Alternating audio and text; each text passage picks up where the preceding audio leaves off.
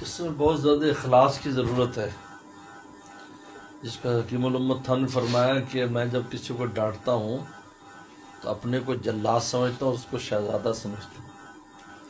جس کو بادشاہ کبھی کبھی شہزادی کو بھی جلاد کے حوالے کر دیتے ہیں کہ اس کو 2-4 کوڑے لگاؤ کیونکہ یہ صحیح نہیں، تو وہ پھر بعد میں بادشاہ بنتا ہے، جلاد رہتا ہے اسی پوسٹ پر۔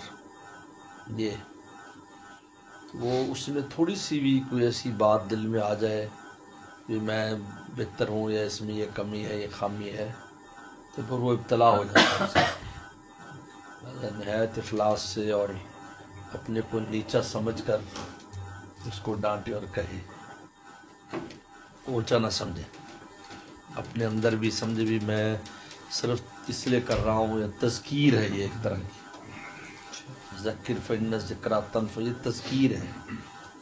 اور تذکیر کی محبت سے بھی سمجھانا ہوتا ہے، کبھی ذرا غصے سے بھی سمجھانا ہوتا ہے، لیکن اپنے کو کسی لمحے بھی اس سے افضل نہ سمجھے تو پھر ابتلا نہیں ہوتا۔ تھوڑی سی بھی ایسی کوئی بات قلب میں آ جائے یا بے پرواہی سے کر دے، اپنی حیثیت کو سامنے رکھے بغیر، تو پھر یہ حدیث شریف میں کبھی مضمون ہے کہ اللہ تعالیٰ نے اس کو عافیت دے دیتے ہیں اور وہ دوسرے کو مبتلا کر دیتے ہیں۔ تو اس میں دل کے کیفیات کا نام ہے۔ اصل میں دل کی کیفیات پر ہی فیصلے ہوتے ہیں۔ ایک لمحے کو ایک کیفیت ہے اور دوسری کیفیت ہے، ایک کیفیت پر ایک نتیجہ، دوسرے اور عمل ایک ہی جیسا، عمل سب ایک ہے، ان میں فرق نہیں ہے، عمل فرق نہیں ہے۔ ایک آدمی ایک چیز لے رہا ہے اور ایک آدمی دوسرا آدمی لے رہا ہے، ایک اشراف قلب سے لے رہا ہے، ایک سخاوت قلب سے۔ لینے میں بالکل شکل ایک ہے، ایک کی برکت ختم ہو گئی، ایک میں برکت ڈال دی، قلبی کیفیت کی وجہ سے۔ ٹھیک بات ہے، اس لیے دل کو خوب سنبھالنا چاہیے ہر معاملے میں، ذاتی ہو یا دوسروں طرف، دل کی کیفیت کو کی رفتار پر نظر رکھنی چاہیے۔ ہمارا تعالیٰ فرماتے تھے اولیاء کرام کی جو محنت صرف یہ ہوتی ہے کہ دل کی رفتار کو دیکھتے ہیں، کہاں جا رہا ہے، یہ کیا کر رہا ہے، اس میں کیا سوچ۔ ایسا ہو جائے تو توبہ استغفار کرے، دعا کرے۔ میری شروع سے عادت ہے، طلبہ کو ہم سزا بھی دیتے ہیں، 2 رکعت ان کے لیے پڑھ دیتا ہوں۔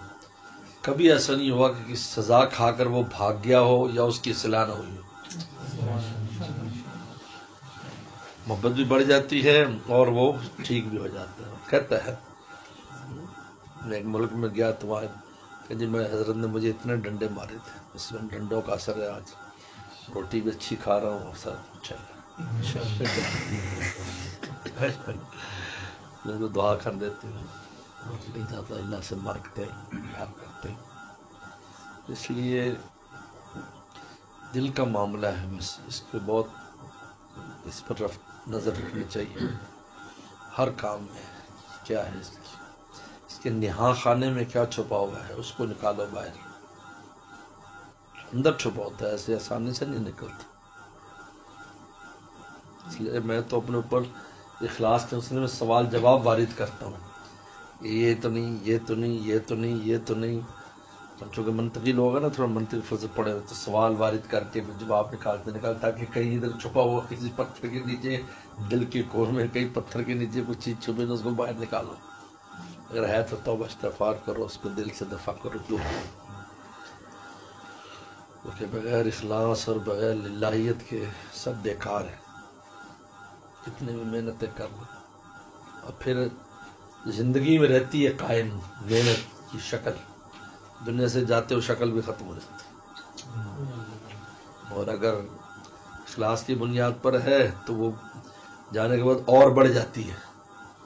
جس طرح درخت کو جب کاٹتے ہیں خزاں میں تو پھر بہار میں اس پر اور زیادہ پتے اور زیادہ اس پر ٹہنیاں آتی ہیں، تو وہ مخلص چلا جاتا ہے تو اس کے کام میں اور اضافہ ہے، کہیں سے کہیں کام ہے۔